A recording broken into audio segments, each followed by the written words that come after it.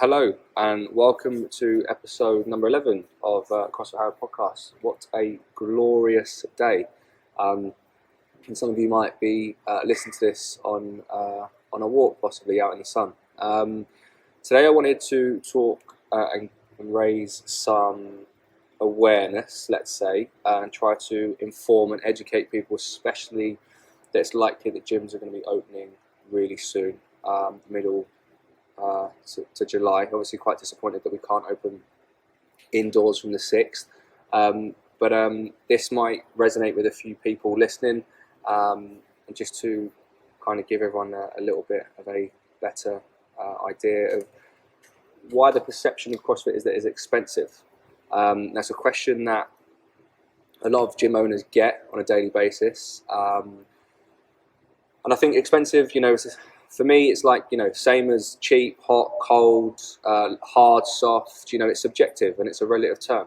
But then ask, yourself, expensive compared to what? Is it expensive compared to the £10 to £40 a month, gym that your membership that some of you may go to, some of you may also hold, the membership that allows you to access to, equipment, maybe no staff, no coaching, and maybe a spin class each month? Or is it expensive compared to Insanity or P90X or Joe Wicks in your living room with no feedback or accountability? Or is it expensive compared to the cost of maybe living, the final years of your life with, obesity or health-related diseases? Especially kind of, this whole series of COVID-19 and why health is so important. Now, this isn't going to be a rant at all of what we offer and why we offer is better than what you're doing now.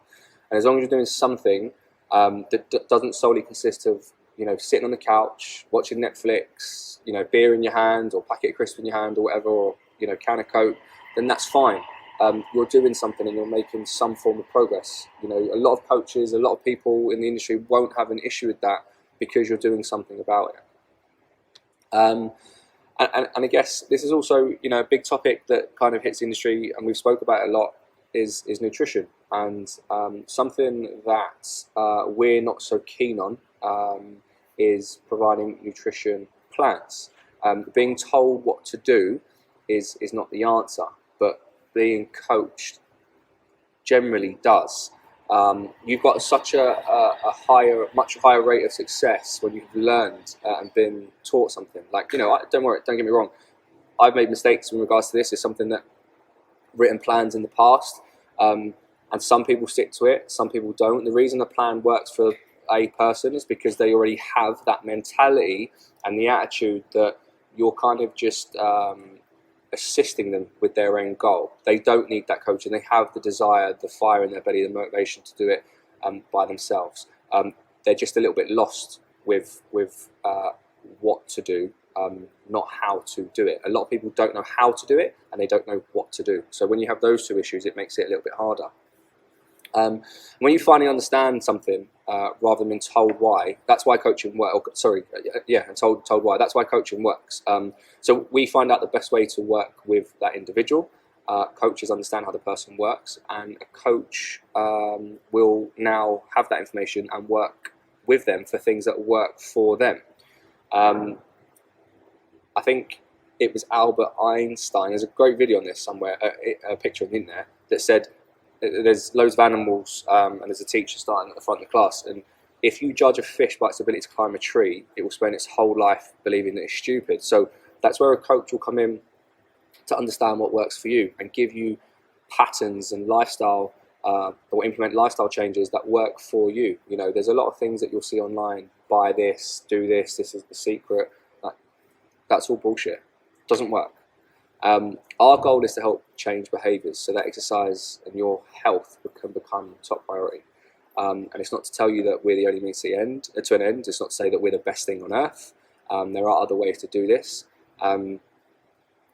But it's about coaching through different elements. And that's going back to the point of why things may appear on paper to be expensive.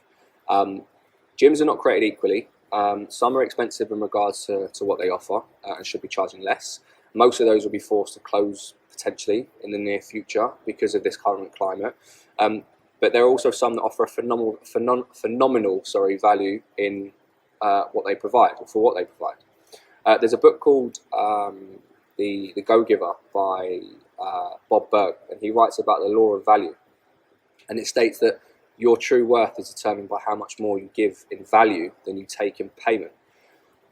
So sometimes when someone new comes in, or a potential member calls and tells us that there's a similar gym, down the road, or charging £20-30 less, or they've got a Groupon deal, or they want a discount and ask if we match it, it's a quick and simple answer for me. No, we don't compete with businesses based on price, but on value and service that we provide. Generally, they are welcome to experience how we are different. However, from that initial conversation, it's setting that expectation from us to them, to say that this isn't a place where we're full of fast fixes, and potentially they may not be the ideal person to work with, because they're always looking for that instant gratification. If you were to walk into a Mercedes garage or Kia dealership, you will, and it's not to say that there's anything wrong with those two different brands or cars, but you'll immediately feel and see the difference. Generally, I'm pretty confident that the Mercedes dealership are not complaining about business, across the road, or other dealerships that are selling a similar car, maybe for 50-70% less than their own. The Mercedes is considered expensive to a lot of people, but if you ask the Mercedes dealer why, you'll be able to tell the difference from the second that you walk in the showroom. It's the value, it's where your priorities are at. So a lot of people will say that,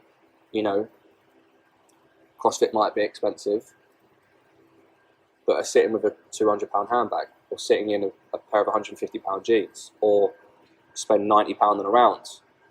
So it's priorities. It's where you leave those, or put those. So if you're considering starting with CrossFit, your journey with CrossFit, and it might not be CrossFit Harrow, but if it is CrossFit Harrow itself, you might be thinking that you're just joining the gym, but you'd be wrong. You might even ask why CrossFit is so expensive. And we invest in our members, we invest in our staff, we invest in giving members an experience that they won't get elsewhere.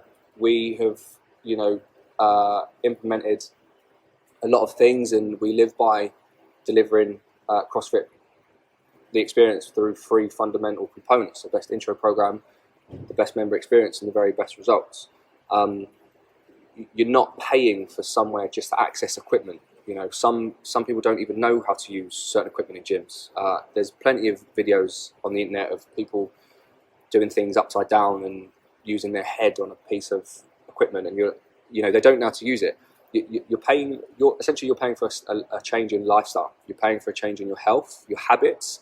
You're paying for a place that essentially can become a social hub for your days, that improves your whole aura about you. Now, whilst classes might last up to 60 minutes, it's like a second home to a lot of our community. It's a place where you're in a workout and people hold you accountable for your actions. You'll be doing a workout and there'll be someone there'll be someone working out next to you, going through the exact same emotions as that you're going through. If you miss a rep, they'll want to know, if you beat them, they'll be, chasing your tail. If someone is in front of you, everyone's in the corner right. No animosity in it, but just because you're all going through that same emotion, you're all going through that hard work. Being part of a community is like, with like-minded individuals, going to increase your chance of success. It's a place where people will hold you accountable for your actions. The suffering, so to speak, is always easier when you have people to join you. And as I said, in workouts, you're going through the same emotion. We are here to help empower people to make them better, make informed decisions about health and fitness, and we teach how to lift safely, efficiently. We're the vehicle that can change you in a way that potentially add 20 to 40 years to someone's life. Essentially, how do you value that? How could you put a price? What would you pay to add years to your life? As we get older, we realise that time is of the essence, and if you can live longer, why would you not? Now, for those of you who have not been fortunate enough to stay and work through lockdown, look how much you may have saved in this period of time, because you've had to change your lifestyle. You've been forced. You haven't been given an option. You know, no more beers at the pub, no more parties, no more brunches, buy a new outfit because of a brunch. You know, it has given people a lot of things to reassess, and maybe their priorities have changed. And a lot of people go, "Oh, it's easy. You've been doing it for years. You know, no. It was just as difficult for me personally than it is for you guys now. It's probably even more difficult for me in the role that I hold at the moment to maintain that, in the sense of, you know, being a role model in that respect. So it's just about taking that first step. You've all changed your priorities through lockdown, and a lot of you have invested your time and your efforts into your own health and fitness. And like, there are a lot of people that are doing things they wouldn't do, picking up running shoes, buying new gym gear, you know, working out, because you have no choice. It's almost like it's been a last resort for you, but it's taken you a lockdown period for you to realise actually that your health is very important. You now have lost that habit to go and spend £15 on a lunch, you know, a day that doesn't support your fitness goals, or £200, £300 you spending on a weekend brunching and boozing. You now have an opportunity for a clean state, and it would be such a shame if after this lockdown you relight that fire. And if you haven't learned anything in the lockdown about that, then you are a fool, because I can't guarantee you come July 4th and you go back to the pub, or you'll go back to those spending habits. And if you are someone who has concerns about your health or body composition, and you go back to living that lifestyle, you are not allowed to complain. End of story. It is all about priorities. I'll give you an example. This is a true story. During the quarantine period, I was at the gym. I was working out, and I just finished. I was sweating. I had my shirt off, as most common. You know, a lot of you guys know that it's very common in the CrossFit world, and you know, I don't keep my shirt on for long. But a guy drove past. He was going to another business on site, and he said, like, how do I get a body like you? I want to look like you, which is very flattering. And we spoke, and I started to get to know him a little bit, understand why, you know, what it is that he wanted from fitness. And I never gave him a direct price of what we do, because it's more than just a price. We have a package or packages available for certain individuals. It's not a one size fits all. There are different services available as options available, especially over the last 6 months, and coming out of lockdown. And he said it was too expensive, and I just put my thumbs up and nodded at him and said, no problem, in your own time. But the big thing here is that he's sitting in a 50 grand car, and by the watch that was on his wrist, it wasn't shy of at least £10,000. So it's all where you prioritise your health and fitness as to what you find expensive. It's in the eyes of the beholder.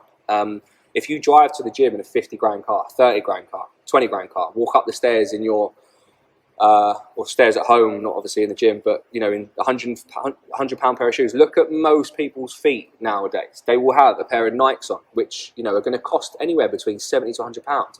A pair of gym trainers themselves are generally £70 to £115. You know, then you grab your keys for your car, for your 20 to 30 to 50 grand car. You might, you know, ladies, you might have a handbag worth £300, £100, you know, or guys, you might be wearing a £100 pair of jeans, or £300, whatever. It depends on the lifestyle. And before you're willing to take out your £200 wallet, let's say, to pay for membership, ask yourself, like, why is it so expensive? You know, how are these things? Because you prioritise those other things more important than your health, and that's why the gym, let's say, appears to be so expensive. A lot of us have gone past this stage, but I think it's also very clear that a lot of us haven't on social media. A lot of people will do things for the gram. Don't do that. Get past that. The only person that you should be looking to prove a point to or impress is yourself, and not want to receive, you know, a pat on the back from others, just because you've put it on the ground. So that's a genuine, true story of what happened over quarantine. So before we talk any more about health and fitness, look at your priorities and understand why a gym appears to be expensive. Enjoy the rest of the day in the sun. Hopefully we'll see you soon. Within the next 3 to 4 weeks max, we should hopefully get back to a normal routine. Be safe. Enjoy.